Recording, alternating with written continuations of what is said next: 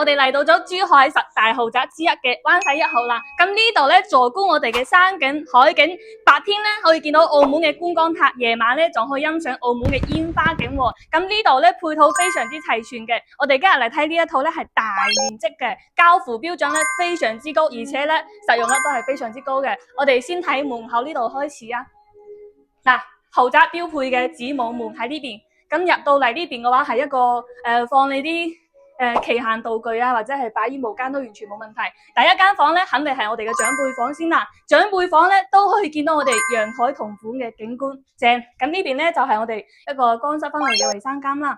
咁我哋要睇下佢嘅休息區啊，呢度咧係啱先我哋企喺開頭嘅位置，呢個客廳咧係非常之大嘅，呢邊咧係餐廳啊，呢度嘅話係一個 U 字形嘅設計。